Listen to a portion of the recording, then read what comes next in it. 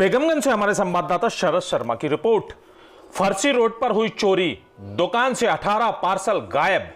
छत के रास्ते से आए थे चोर। बेगमगंज ऑनलाइन बुकिंग कर सामान मंगाने वाले इमरान खान की दुकान पर रात्रि में अज्ञात चोरों ने छत के रास्ते से अंदर प्रवेश कर दरवाजे के नट खोलकर दुकान में रखे 18 पार्सल चुरा कर ले गए, जिनमें कई मोबाइल व अन्य कीमती सामग्री थी।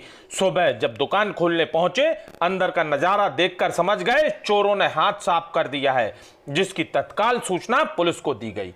प्राप्त जानकारी के अनुसार फरसी रोड पर इमरान खान की दुकान है, जहां वे लोग ऑर्डर पर ऑनलाइन सामग्री मंगाकर उपलब्ध कराते हैं।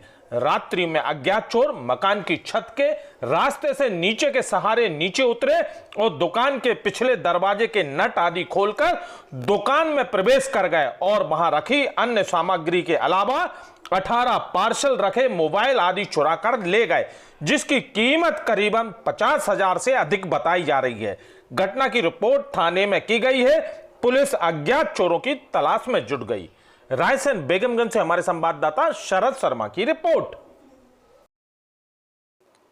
सागर से हमारे संवाददाता शरद शर्मा की रिपोर्ट। हिंदू हो या मुसलमान, नवरात्रि हो या रमजान, सब मिलकर दुआ करो खाली रहे देश के शमशान और कब्रिस्तान। मजहब नहीं सिखाता आपस में बैर रखना, हिंदी हैं हम, वतन है हिंदुस्तान हमारा। नफरत फैलाने वालों के मुंह पर जोरदार तमाचा। सागर शहर में जब अपनों ने किया किनारा, तब हिंदू के सबको मुस्लिम युवाओं ने पहुंचाया शमशान। नफरत के इस दौर में सागर के युवाओं ने, मुस्लिम युवाओं ने हिंदू के सबको मुक्ति धाम तक पहुंचाकर जो गंगा जमनी परंपरा की मिसाल पेश की है, उसकी लोग सराहना करते हुए नहीं थक रहे हैं। और बरबसी लोगों के लबों पर फिल्म का यह गीत, तू हिंदू बनेगा ना मुसलमान बनेगा, इंसान की औलाद है इंसान बनेगा, आ रहा है।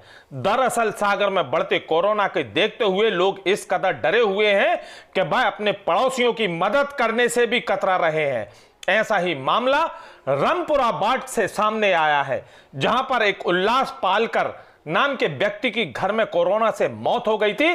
घर में मात्र बीवी और एक बच्चा था। रिश्तेदार पड़ोसी भी उसके सबको मुक्ति धाम तक पहुंचाने के लिए तैयार नहीं हो रहे थे।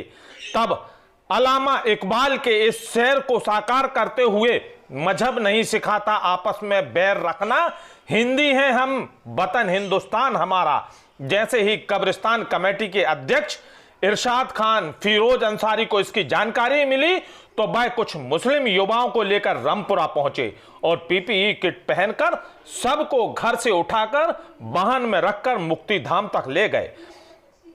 तब कहीं जाकर दाह संस्कार हो पाया। सारे घटनाक्रम की जानकारी जब लोगों को लगी, तो लोग कहने लगे कि नफरतों को कहीं और जाकर दफन कर दो, आज इंसान को मोहब्बत की जरूरत है बहुत।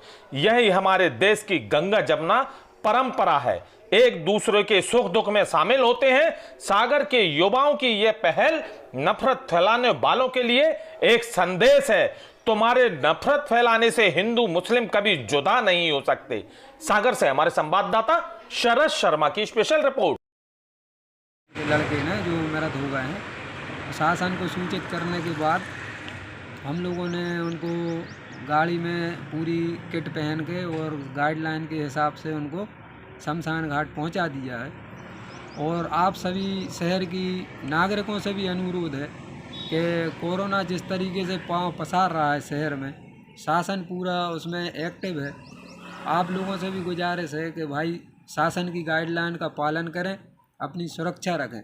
और भविष्य में कभी भी अगर हमारी टीम की आवश्यकता पड़ती है किसी भी समाज के व्यक्ति को, जहां कोई सहयोग करने के लिए नहीं है, शासन तो कर ही रहा है पूरा सहयोग, अगर नहीं होता है तो हमारी कमेटी को आप बेझिझक फोन लगाकर सागर मोती नगर कब्रिस्तान कमेटी से सहयोग मांग सकते हैं आप।